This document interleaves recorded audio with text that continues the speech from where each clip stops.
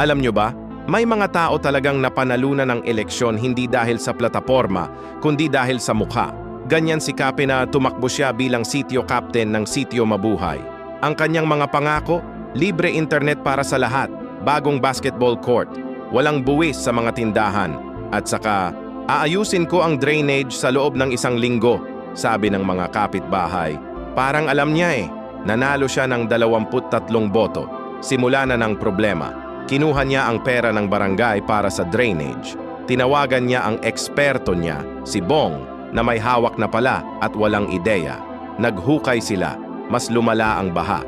Sinubukan niya ang basketball court. Natumba ang poste ng kuryente. Sa internet, nag-subscribe siya sa Netflix gamit ang pondo ng sitio. Pero nang bumagsak ang poste, biglang naayos ang dating sirang daluyan ng tubig sa ilalim ng lupa. Baha, nawala. Drainage, gumagana.